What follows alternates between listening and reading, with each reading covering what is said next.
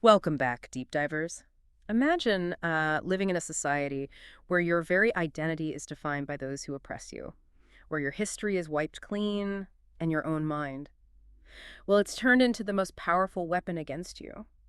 Today, we're diving deep into that kind of world, exploring the really profound movement of Black consciousness. That's right, a powerful philosophy forged, really, in the crucible of apartheid South Africa. And it was largely articulated through the searing insights of a figure whose legacy just continues to resonate, Steve Biko.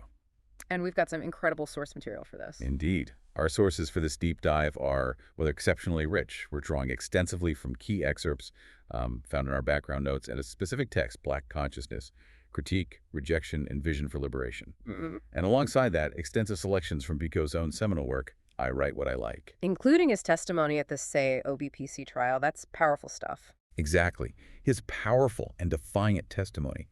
These texts, they really give us an unparalleled window into the mind, the mission of a movement that fundamentally redefined liberation. So our mission today really is to extract the most important nuggets, the key insights from these profound sources. We want to understand how Black consciousness rigorously critiqued those existing oppressive structures, how it asserted a new, authentic identity for Black people, and how it envisioned a fundamentally transformed non-racial society. Yeah, it's about getting to the heart of it. It's kind of a shortcut, right? To being deeply well-informed about a movement whose lessons, frankly, resonate far beyond South Africa. It gives you a powerful framework for understanding systemic oppression and, well, the enduring fight for true liberation really anywhere. Precisely. Okay, let's unpack this then. At its heart, what exactly is Black consciousness? I mean, what was its fundamental purpose, its ultimate vision for a new South Africa? Right, so at its core, Black consciousness, or BC as it's often called, it proposes a pretty radical vision for a future liberated South African society. And this wasn't just tinkering around the edges, right? It aimed for a fundamentally non-racial, profoundly just, and truly egalitarian society. A complete shift. Rooted in African values, you mentioned. Deeply rooted in authentic African values, yeah. And seeking the full realization of the humanity of all his people. It's really crucial to grasp that BC wasn't presented merely as like a political ideology or a checklist of demands. It was framed as a foundational, almost spiritual shift in perception, in self-affirmation for Black people. Okay. Its ultimate goal, as Biko put it, was to create a society where man is nothing else but man for his own sake.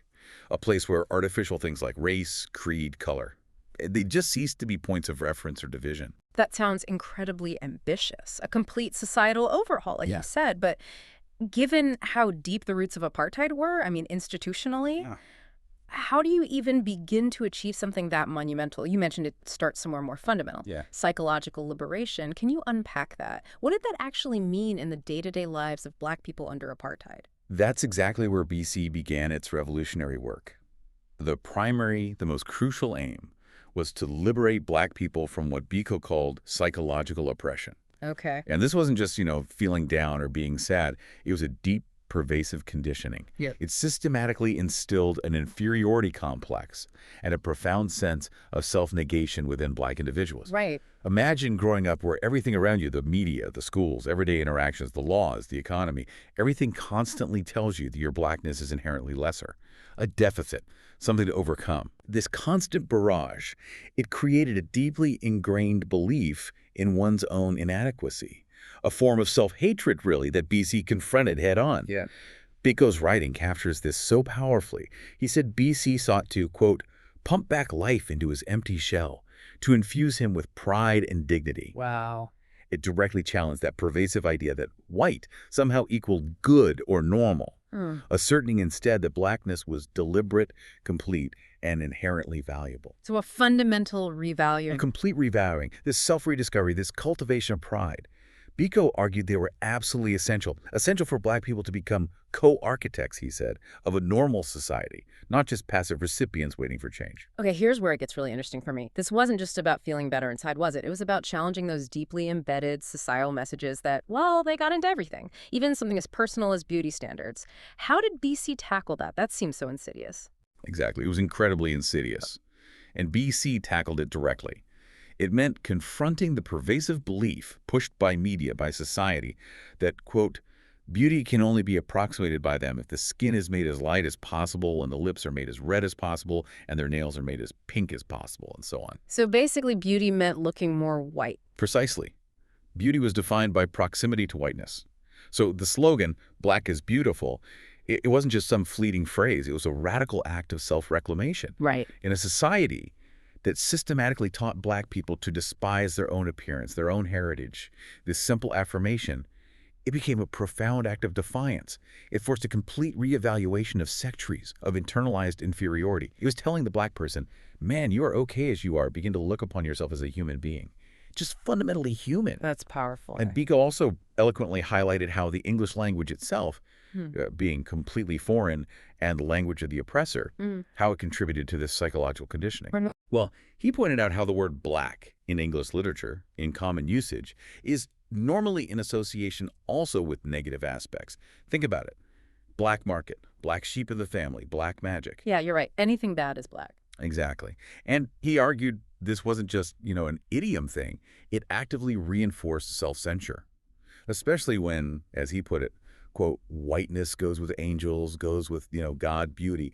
The contrast is stark. Incredibly stark. Mm. So BC aimed to reinterpret even these negative connotations of the word black, to elevate it to a position where we can look upon ourselves positively. The ultimate goal here, again, was freeing the mind of the oppressed. As Biko famously asserted, the most potent weapon in the hands of the oppressor is the mind of the oppressed. That quote always hits hard. It really does. It shifts the whole battlefield, doesn't it? Yeah. From just physical confrontation to the psychological realm. It argues that true liberation begins right there, when the oppressed dismantle the mental chains the system imposed. BC aimed to let the Black man see himself as a being complete in himself, to make him less dependent and more free to express his manhood. That's a powerful articulation of how internal liberation is foundational. Okay, so once individuals begin that journey of self-affirmation, how did Black consciousness translate that into collective action? It sounds like unity was a really big piece of this. Absolutely. Building right on that psychological liberation, BC then emphasized the critical importance of Black unity and group power. Bia argued that if white racism was the thesis, the dominant oppressive force, then the only effective antithesis had to be solid Black unity. So a direct response. A direct strategic response. This wasn't just about, feeling good together. It was a strategic move to directly counterbalance the existing power imbalance. It meant Black people had to, quote, rally together with his brothers around the cause of their oppression, the blackness of their skin, and to operate as a group to rid themselves of the shackles that bind them to perpetual servitude. Using the very thing used against them, their Blackness, as a unifying force. Precisely. Turning it from a source of shame into a source of strength and unity. This unity was absolutely crucial, Biko argued, for them to speak with a definite voice and bargaining from a position of strength in any future dealings. And it explicitly rejected tribalism and other sectional divisions, Zulu, Xhosa, PD divisions that had been deliberately imposed and exploited by the apartheid system precisely to fragment Black resistance. Divide and conquer. The classic colonial strategy. Instead, BC aimed for one united whole toward attainment of an egalitarian society for the whole of Azania. That's the name they adopted for liberated South Africa, promoting a shared identity based on the shared experience of oppression. Okay, so we've got psychological liberation, Black unity. What about culture and history? You mentioned it earlier. It sounds like more than just, remembering old songs or traditions.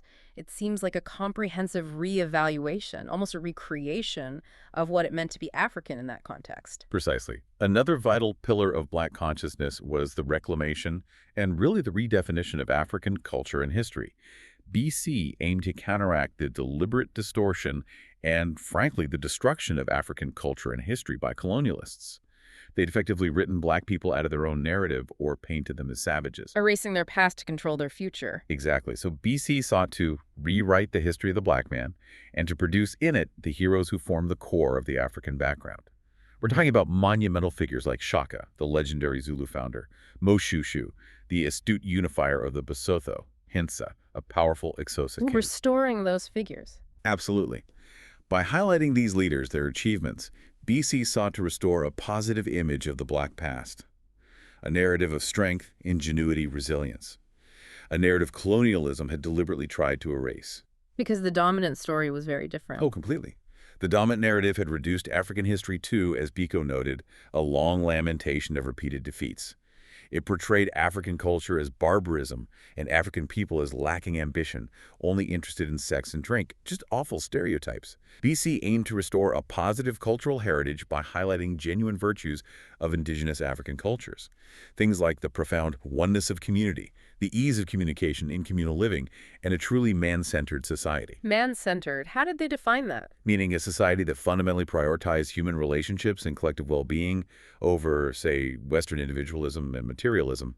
Biko actually drew a sharp contrast. He talked about the typical Western visitor asking, "What can I do for you?" versus the intrinsic African communal sharing, where curiosity was seen as a genuine desire to participate and share in whatever was happening. That shift from "what can I do for you" to inherent communal sharing. That's quite profound. How did that play out in daily life, beyond just that initial interaction? Well, connecting this to the broader picture, Biko noted how African music, unlike a lot of Western focus on solos, consists mainly of group songs. Tunes were adapted to suit the occasion, he said, and had the wonderful effect of making everybody read the same things from the common experience. Music as a communal bond. Exactly. Not just entertainment, but a shared expression of joy, sorrow, defiance. Even in profound suffering, like when creating Negro spirituals, Africans derive strength from that deep feeling of togetherness. This collective identity is stretched into economic and social structures too. Traditional African attitudes to property, for instance, they involved village communities, joint ownership. Land, for example, belonged to the people, controlled by the chief on their behalf, not owned privately by individuals. Very different from Western property concepts. Very different. It illustrates that unindividualistic nature Biko talked about. And as a result, he argued, poverty as we know it was almost a foreign concept. It only really appeared due to adverse climate affecting the whole community, not because of individual economic failure. Fascinating. So this cultural reclaiming, it was fundamental. Fundamental to rebuilding self-worth and rejecting that bastardized culture that just mimicked white norms and imposed Western values. Instead, it fostered a dynamic culture of defiance, self-assertion, and group pride and solidarity. It was about innovating, developing a new, modern African culture, one responsive to present challenges, but deeply rooted in those traditional values of human-centeredness and community. Okay, so this wasn't just about building up Black pride internally. It was also a really powerful, no-holds-barred critique of everything that existed at the time. It sounds like Black consciousness wasn't shy about pointing fingers, saying the whole system was fundamentally flawed and needed radical change, not just tweaks. Absolutely. No shyness at all. Black consciousness fundamentally critiqued the existing power structures and previous attempts at social change.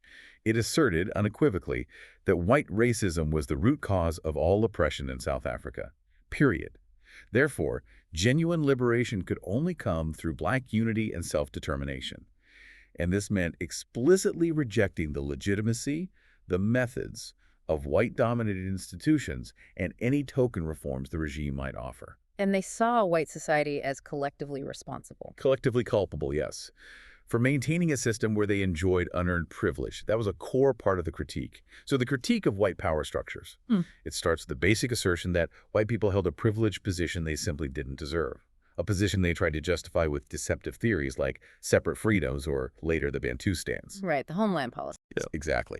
The fundamental problem, according to BC, was white racism. And Biko described it as working with an unnerving totality. It operated on both offense, actively enforcing white supremacy, and defense, protecting it. Yeah. This institutionalized racism created the very inferiority complex and self-negation that BC was trying to cure. You saw it from childhood, the stark contrast Biko mentioned between shabby Black schools compared to well-equipped white ones. Yeah. And that systemic disadvantage just continued into adulthood. Black workers were essentially forced to live to work, as Biko put it, lacking peace, often taking out their frustrations on their families because their labor was exploited solely for white benefit. A cycle of deprivation. A vicious cycle. And the system deliberately denigrated Black culture and history, remember, presenting it as barbarism, making African children internalize this view, hate their own heritage.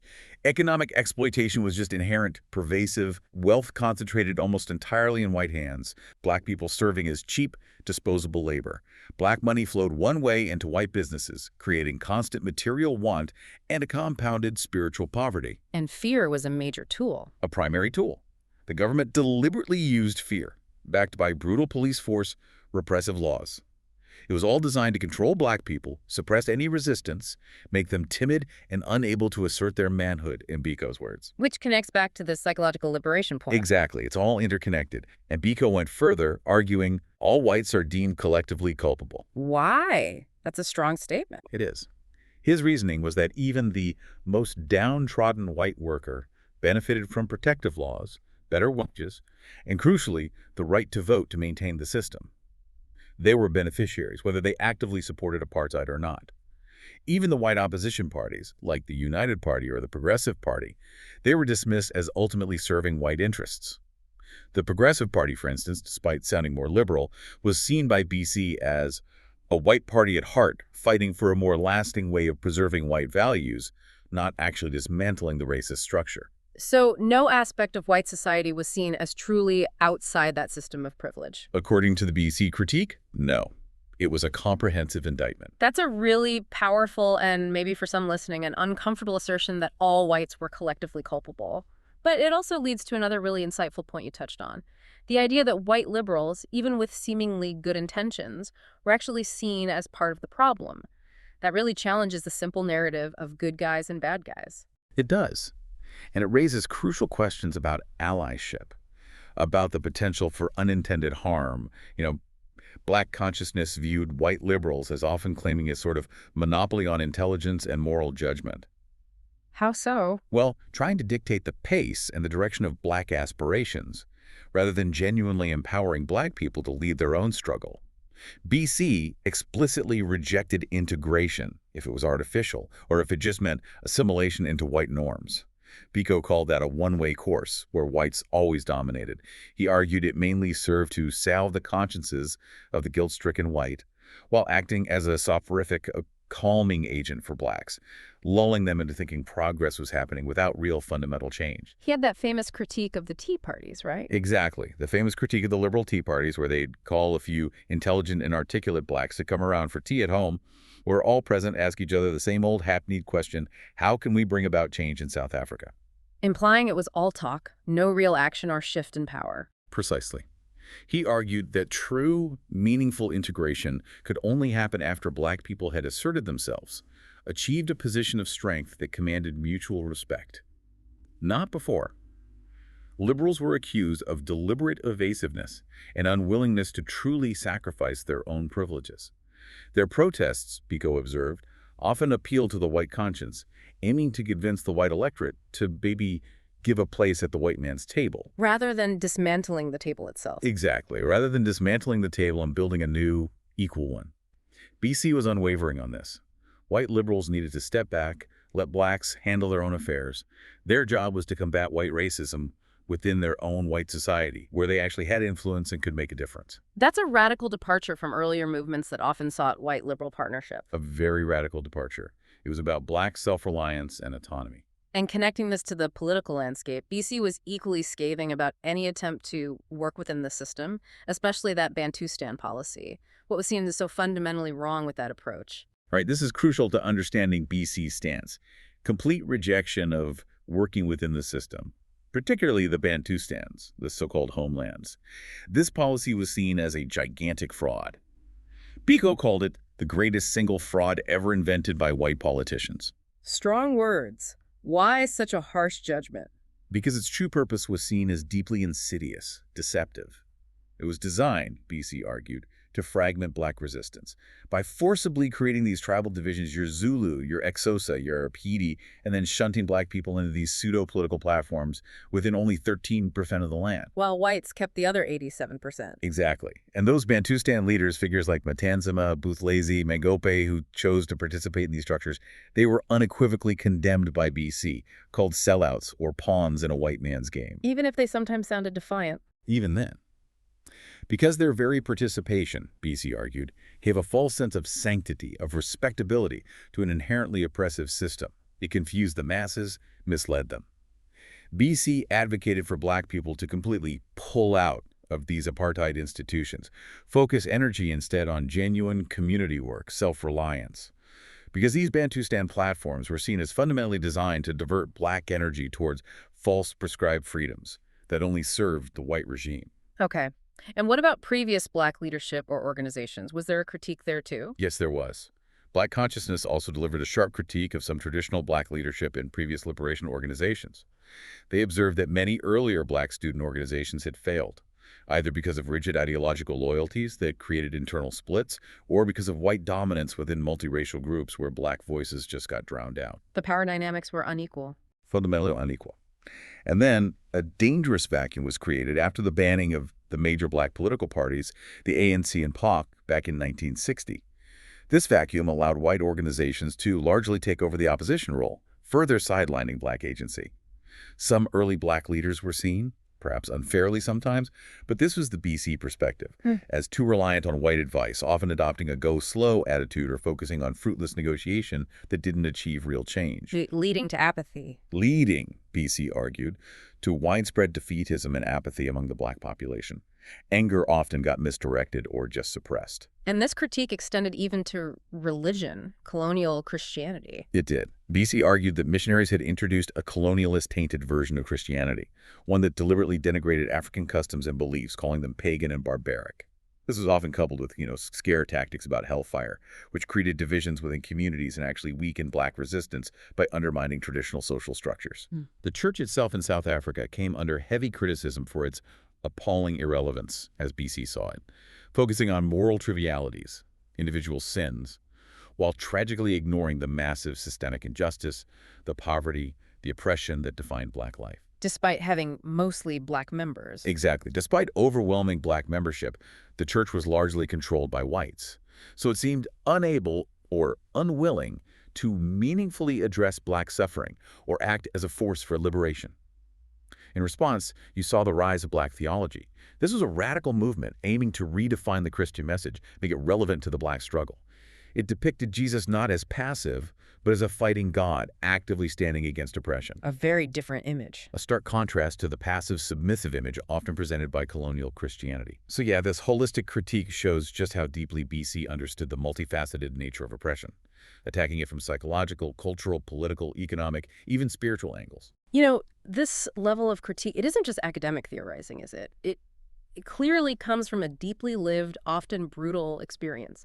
Biko's personal reflections, they really bring these ideas to life in such a visceral way. They show how these big systemic issues actually impacted daily life and forged this incredible resilience. Absolutely. You feel it in his writing.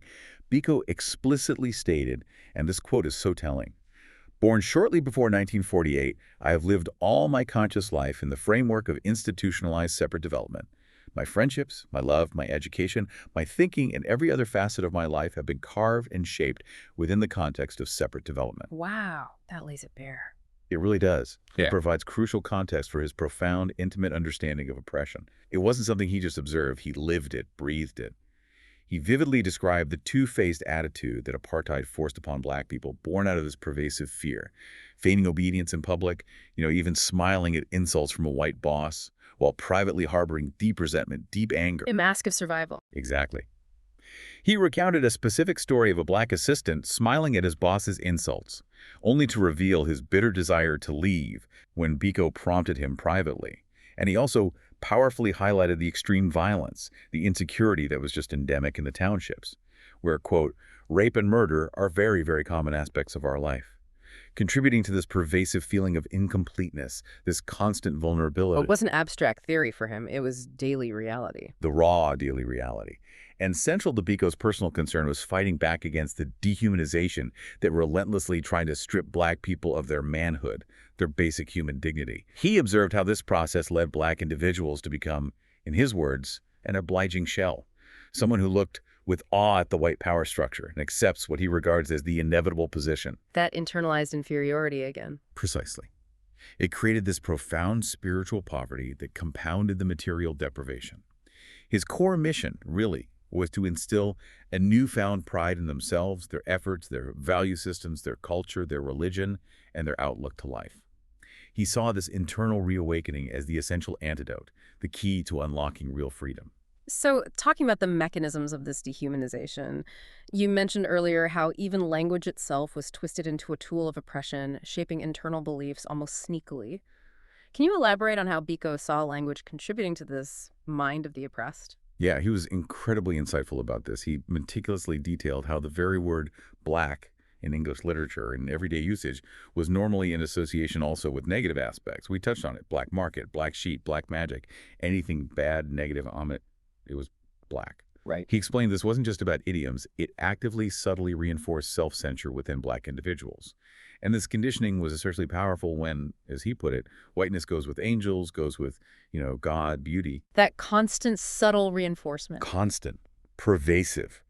It directly undermines self-worth. Hmm. And that's precisely why the slogan, Black is Beautiful, was so crucial, so revolutionary, because it challenges the very deep roots of the black man's belief about himself. It tells him, man, you are okay as you are. Begin to look upon yourself as a human being. A direct counter-narrative. The powerful, direct counter-narrative. Yeah. And he also noted how English, being completely foreign for most black South Africans, made that sense of inadequacy worse. How? It made black people less articulate when they had to communicate in what was seen as the dominant, powerful language. This often forced them into a subservient role in discussions with more fluent whites, leading to that profound sense of inadequacy, a feeling of not being able to fully express their thoughts, their feelings, their intelligence. Another layer of oppression. A subtle, but really powerful layer. Part of that internalized inferiority that black consciousness aims so fiercely to dismantle. And connecting this to the broader struggle, the regime obviously didn't just rely on subtle methods. Fear and brutal intimidation were primary tools, weren't they? Biko's own experiences show that clearly. Oh, absolutely. The system actively used fear. Biko's personal experiences vividly illustrate this, and his reaction to it is remarkable. He recounted his own encounter with police brutality. He said, quite frankly, we had a boxing match the first day I was arrested. Some guy tried to clout me with a club. I went into him like a bull, and then he added something striking. If they beat me up, it's to my advantage. I can use it. That's extraordinary, turning their violence against them. In a way, yes. It wasn't just bravado. It shows his profound understanding of the system's reliance on fear and his absolute refusal to be intimidated. He even saw the potential violence as an advantage, maybe as evidence of abuse and detention, especially since a friend had recently died in jail under suspicious circumstances. He actually told his captors, according to his testimony, if you allow me to respond, I'm certainly going to respond. And I'm afraid you may have to kill me in the process, even if it's not your intention. Defiance personified. Complete defiance, a calculated response to a system that aimed to control every single aspect of the oppressed life, down to their reaction to violence. It showed this indomitable spirit, the very spirit that black consciousness sought to awaken in all black people. Okay, so given all this incredibly profound insight into oppression, its psychological effects, and this spirit of defiance, how did black consciousness actually propose to change things? What was the concrete strategy for dismantling apartheid? And what was the vision for a liberated South Africa, or Zania, as you mentioned? Was it purely internal, psychological, or did it have a defined political strategy? Oh, it absolutely had a political strategy. Black consciousness was very much a political movement with clear aims and methods. A critical step, as we know, was forming the South African Students' Organization, SASO, back in 1968. Biko was instrumental, elected its first president. And SASO was a break from previous student politics. Decisive break. SASO explicitly rejected involvement with white-dominated organizations like NUSAS, the National Union of South African Students, even though NUSAS was anti-apartheid. Why reject potential allies? Because of the power imbalance.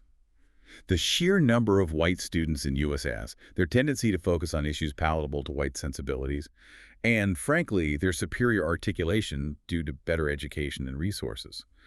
It meant that even in supposedly integrated spaces, black voices were often marginalized or stifled. So structural issues prevented real equality even within opposition groups. Exactly. This led SASO to adopt what Biko called a tough policy of non-involvement with the white world. But he was careful to clarify this. He said this policy was not interpreted by blacks to imply anti-whiteism, but merely a more positive way of attaining a normal situation in South Africa. Meaning It was driven by a deep lack of faith that whites would genuinely share power or privilege without being compelled to. And a core belief that black people needed to organize autonomously first, to build their own strength, define their own struggle on their own terms, self-reliance. Okay, so autonomous organization. What was the strategy then? Was it confrontation? Well, this is interesting. SASO's strategy, as Biko described it, was basically that of bargaining. Bargaining.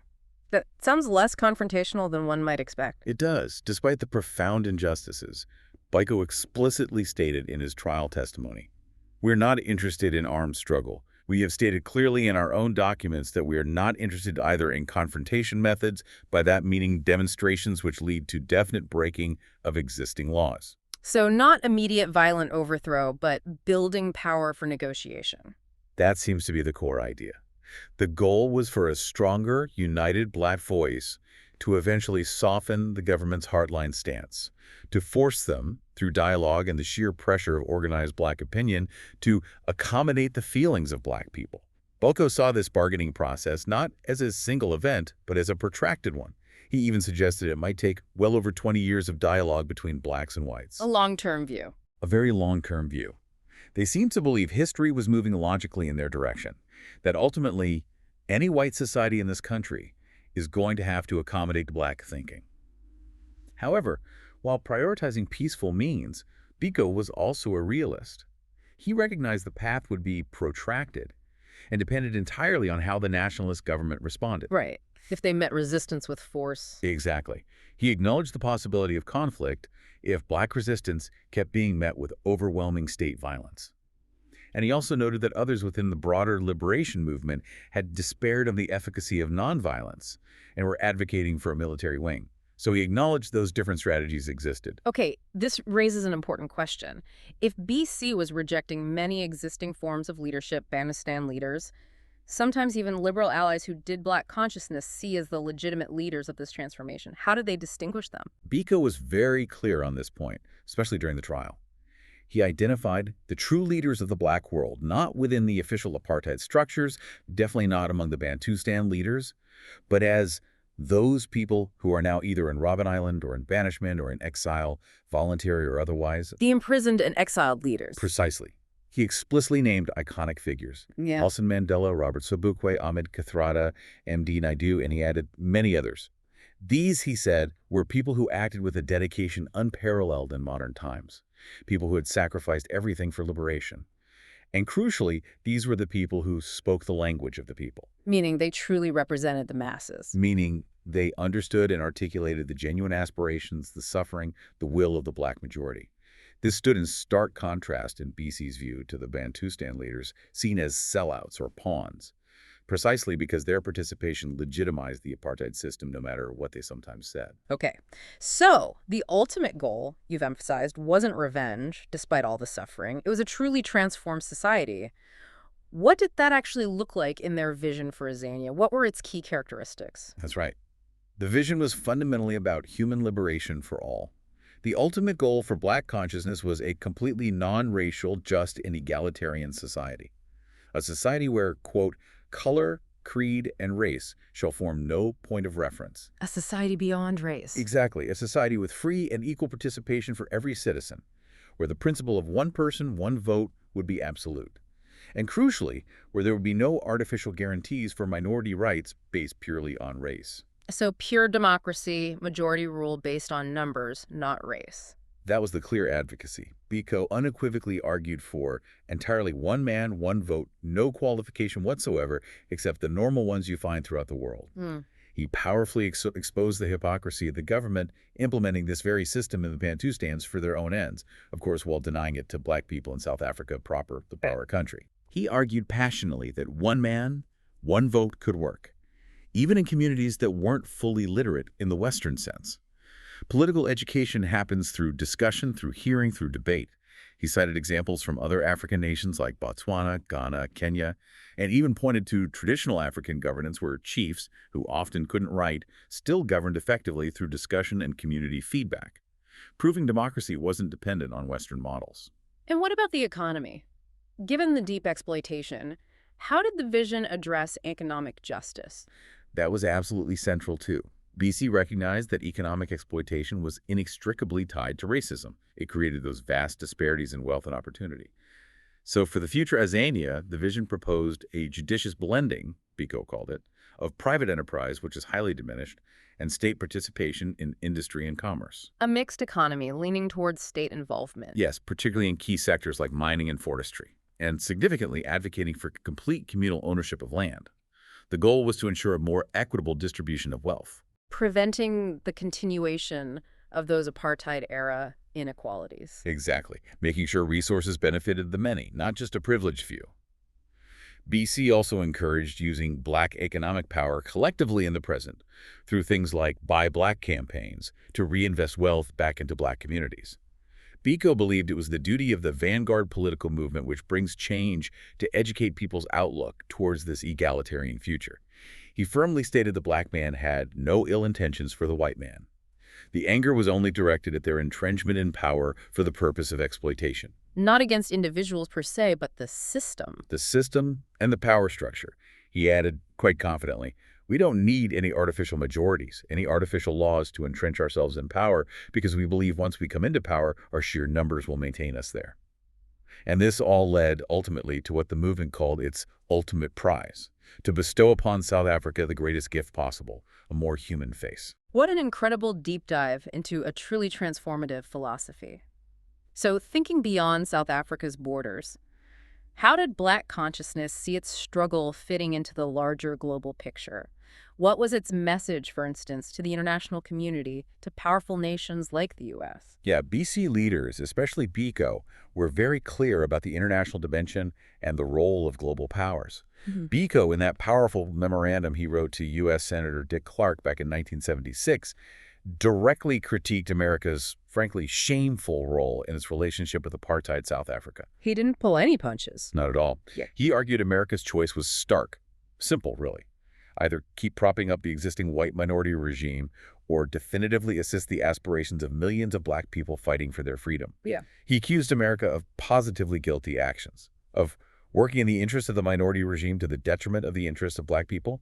He argued America was guided by a selfish desire to maintain an imperialistic stranglehold over South Africa's resources and strategic position. What specific actions did he point to? He cited things like heavy investments by American corporations, extensive bilateral trade, cultural exchanges in sport and music, which normalized the regime, and joint political ventures like the Vorster-Kissinger exercise, referring to diplomatic engagements. He called these explicit sins that bolstered the minority regime. So, demanding a fundamental policy shift from the U.S. Drastic reexamination, yes. He asserted that a mediator needs to have clean hands, strongly implying America's hands were far from clean due to its complicity. He emphasized that the winds of liberation were sweeping across Africa. Change in South Africa was inevitable, making America's role even more critical in deciding whether that change would be peaceful or violent. And within South Africa itself, pivotal moments like the 1976 Soweto uprisings.